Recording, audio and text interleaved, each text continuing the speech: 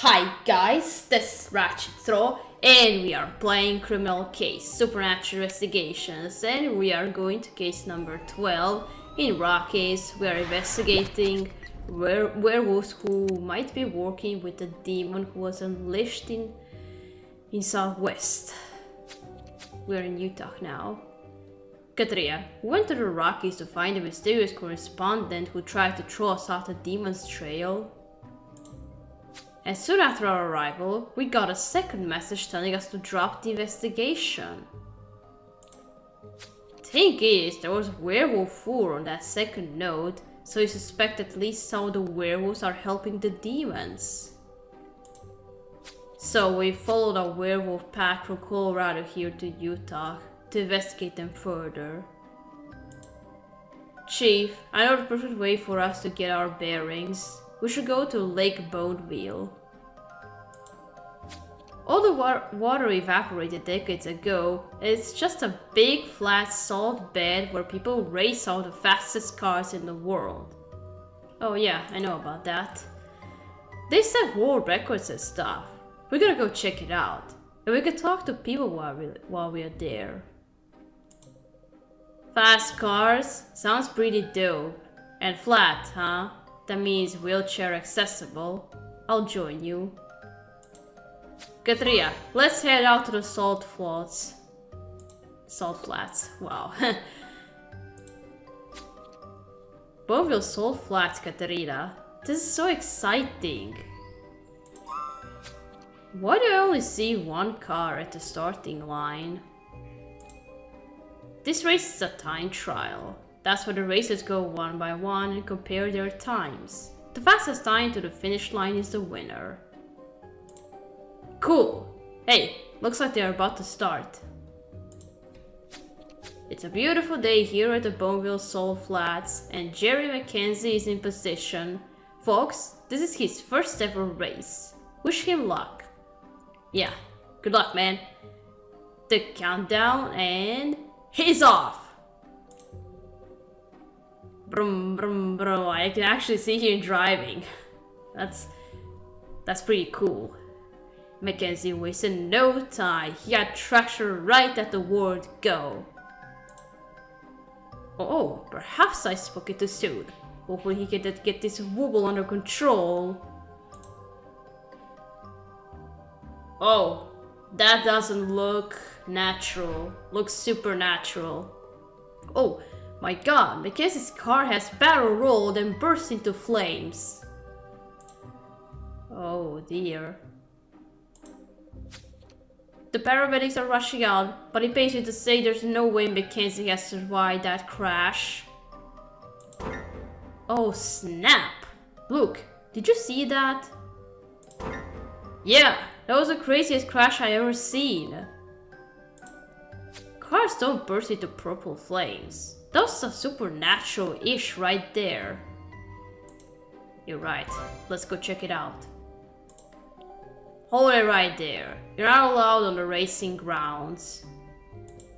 Oh, it's okay. We are accident investigators. Way to go see Mackenzie. What do you want with him? He's dead anyway. Look, do what you will with the wreckage itself, but the body is police business. Katrina, body or not, he can't stop us. We have a responsibility to investigate. I'm gonna go tell the chief we got a supernatural death on our hands. Well, Katrina, let's go find out what we can about this super weird car crash. Yeah, what was that about? What could do such a thing like purple flame? Alright, let's investigate. The car crash. What could have done such a thing?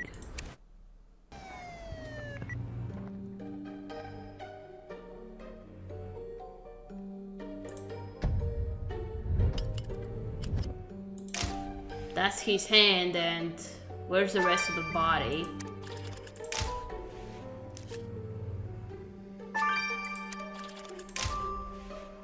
There's no rest of the body. Where is he? We just found a hand.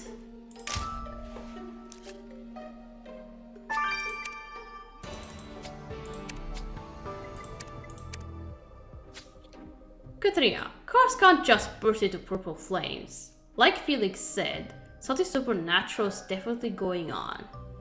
Yeah, I say that also.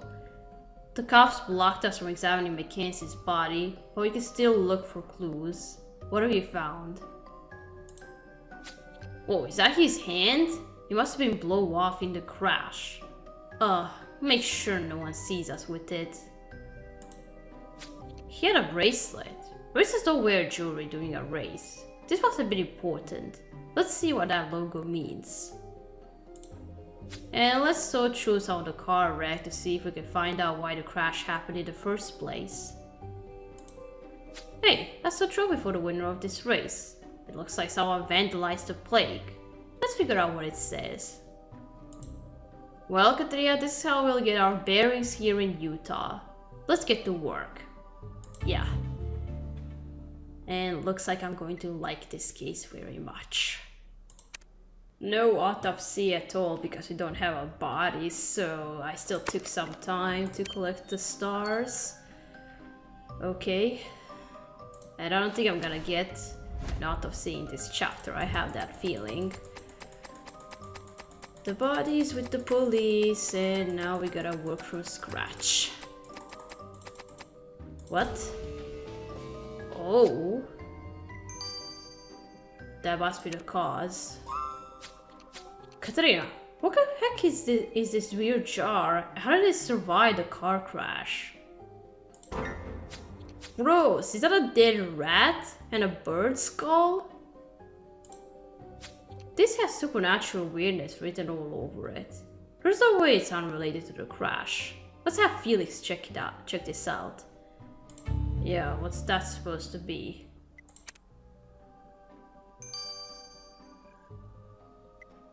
"15 hours? What?" I guess that's what's going to be instead of... That's going to be the longest analysis in this chapter instead of the autopsy. Okay. Now this trophy. Really?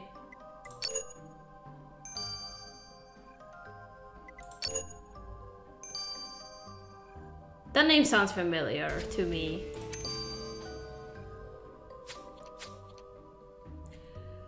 I know who she is. I know who she is.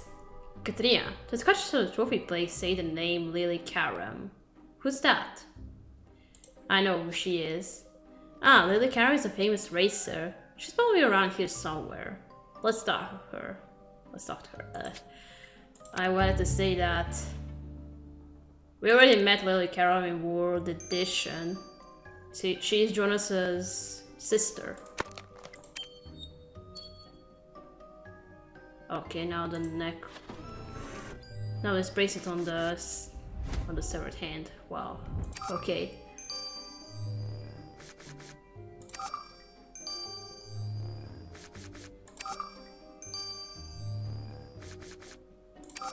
Okay, a logo.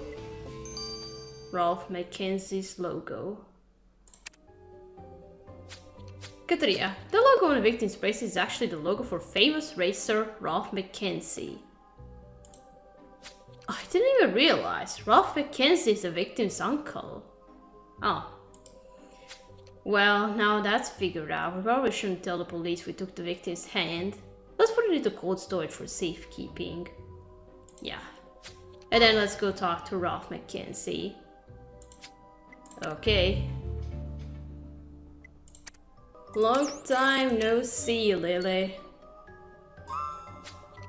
Miss Karam, this trophy was meant for the winner of today's race.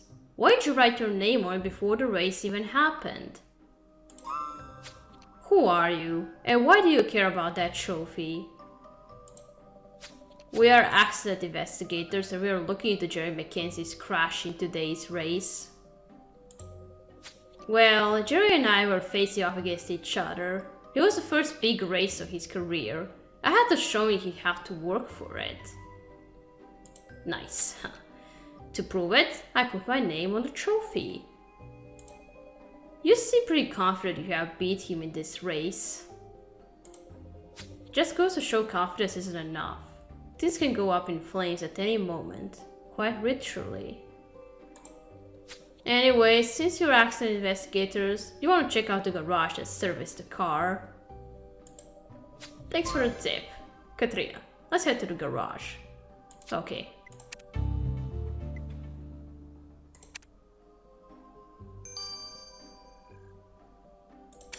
And now let's go talk to Rolf. Mr. Mackenzie, we're accident investigators looking into your nephew's crash in today's race. It's a tragedy. His first ever race and he's gone in the blink of an eye. I raced for 40 years, had plenty of close calls myself, even flipped my car a few times. But the race gods smiled down on me. The worst I suffered were broken limbs, whiplash, a concussion once. Then my nephew climbs behind the wheel for the first time and... Oh... We can see this is a difficult time for you, Mr. Mackenzie. We'll contact you if you have any questions. Oh my.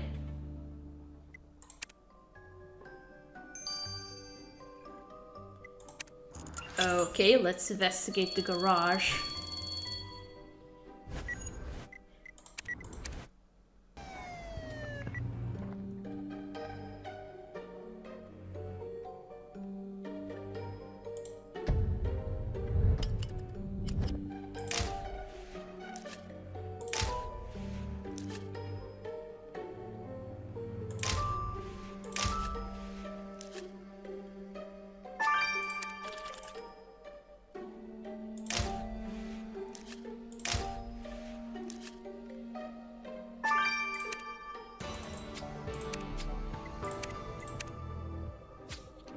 So, this is where the victim's car was serviced for the race. What have we found to help solve this supernatural murder?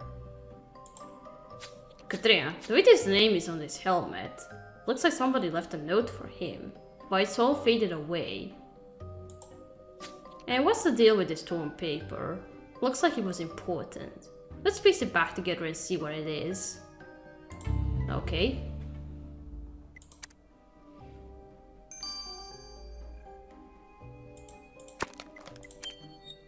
Alright, let's restore the paper first.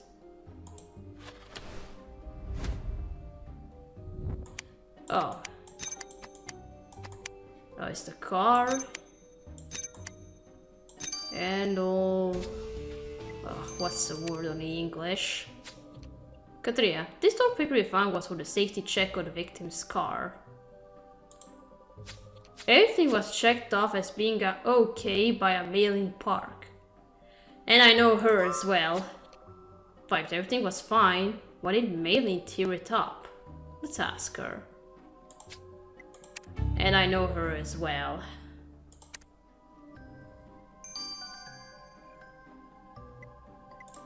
Okay, now the helmet.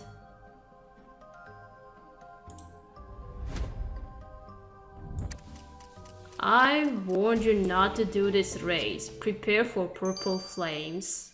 Oh. Whoa, Katrina, this note on the victim's helmet is from our killer. The note says, I warned you not to do this race. Prepare for purple flames. Oh my gosh, why not? Let's get this stuff to Priya to see if the killer left any trace on the note. Why did the killer not want you to race? What was that about? And that's gonna be 3 hours. And now let's go question Bailey. Long time no see. Miss Park, Jerry Mackenzie was killed in a terrible crash at Bonneville today. Oh no, it must have been the stress of driving his first official race. Sometimes drivers get the jitters. We're not so sure about that. We see you did the safety inspection on the car.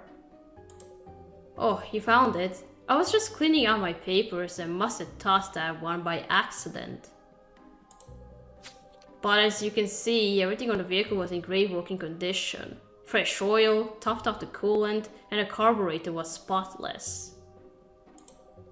I guarantee whatever the problem was, it wasn't mechanical. I agree with that. Could anyone else have accessed the car while it was here? It's possible, yeah. Our doors are always unlocked. Drivers and their fans are in and out of here all the time. I just can't imagine what anyone would have had against Jerry. He was a good guy. So one of the fans did this, right?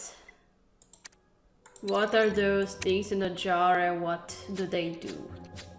Well, Katrina, that car crash was definitely supernatural, for real. This jar you find in the wreckage proves it. The jar was used to put a curse on the victim's car. Oh. This cursed jar is your murder weapon. Okay. So a curse killed our victim. How is that possible? Each ingredient in the jar adds some different cursey flavor to that crazy crash. The rat shows the curse was meant to kill, the crow's skull made the car fly, and monk's shoot flowers caused the purple flames. Wow, seems like the killer worked hard putting the curse together. Yeah, the main thing we can take from this is that the killer is no slouch in spell casting. Well, no spell the killer casts is gonna keep us from catching them. So, who would want to put the cursed jar in your car? A witch? Katrina, from what Felix tells me, that car crash was pretty spectacular. Well, on one hand, yes. Yeah, purple flames. It was a trip. Felix was immediately convinced it wasn't a normal car crash. But the frustrating thing is we weren't allowed access to the body. I know, being supernatural investigators means making do with whatever clues we have. And this note you found isn't a bad one at all. And lucky for us, the killers are klutz. They spilled Rocket Cow energy drink all over this paper when they wrote the note. So we know for sure your killer drinks Rocket Cow. Okay. Well, Katrina, looking out for someone with a can of Rocket Cow could help us can our killer. Okay. Katrina, I was so excited to watch a race at Bonneville. I had no idea we'd see a crash. And good thing we were there since the crash was caused by a curse someone put on the victim's car. The mechanic who inspected the car before the race said it was in perfect shape. But I don't think her inspection includes checking for curses.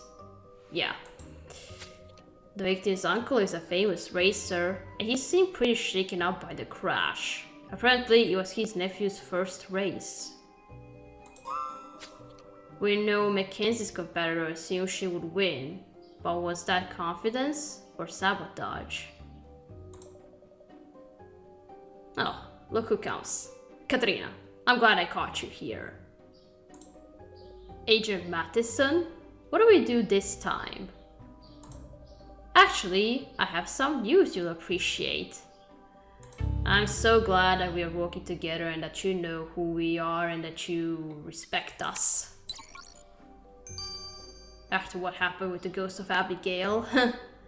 Alright, we gotta stop here, we gotta continue playing in chapter 2. So, thank you for watching. Don't leave a like to this video and I'll see you again. Goodbye!